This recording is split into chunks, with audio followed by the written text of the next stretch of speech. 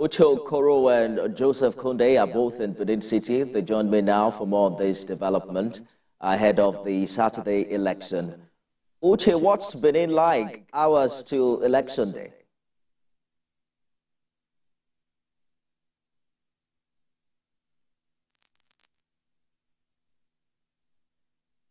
Bustle in the town is at its peak, I must say. I want to believe that people are trying to make last-minute attempts to get to their polling units, or last-minute attempts to get to their various local government areas, or last-minute attempts to travel out of the state for those who don't intend to vote or intend to travel. I think people are also making last-minute attempts to stock up, to go to the market, to buy things, to keep in their fridge and all of that. So the town, the activity here is at its peak. I think I experienced, so far, throughout my stay in Edo State, in Benin City, I experienced the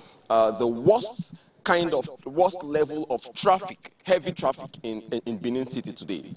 Trying to make our way from where we passed the night to the venues of different events, to the INEC office, and I'm just moving around the town has been very hectic. Traffic has been very heavy. So it tells you that people are people are very aware of what's going to happen tomorrow. The countdown is very much on. The clock is ticking. Any moment now, people know that they will have a new governor in Edo State. So the town is really alive, I must say. The town is very much alive. I understand it's rush hour to beat the curfew between 6 a.m. and 6 p.m.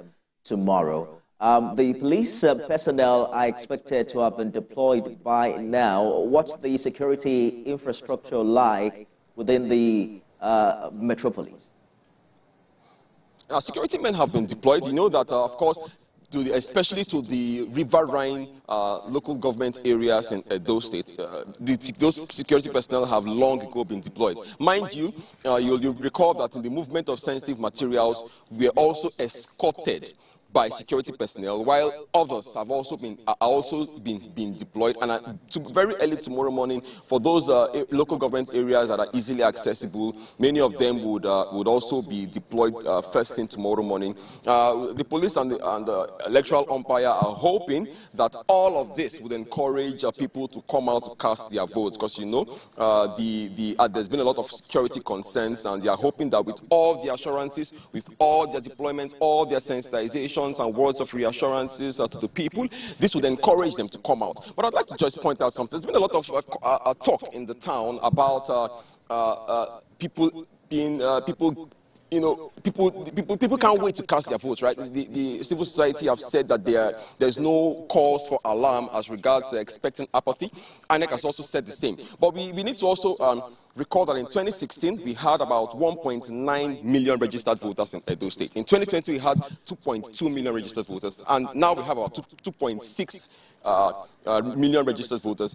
Even though we've experienced a steady climb in the figures since 2016, it would also surprise you to hear that Edo State has never recorded up to 50% turnout of registered voters for elections. So these are some of the things that some of us will be watching out for, to see if indeed this increase in number of names on the voter register this time around will translate to number of persons who would actually come out to get accredited to vote. Then again, we're here of course, from my observation so far and from word on the streets, people are ready to come out tomorrow to cast their votes in Edo State.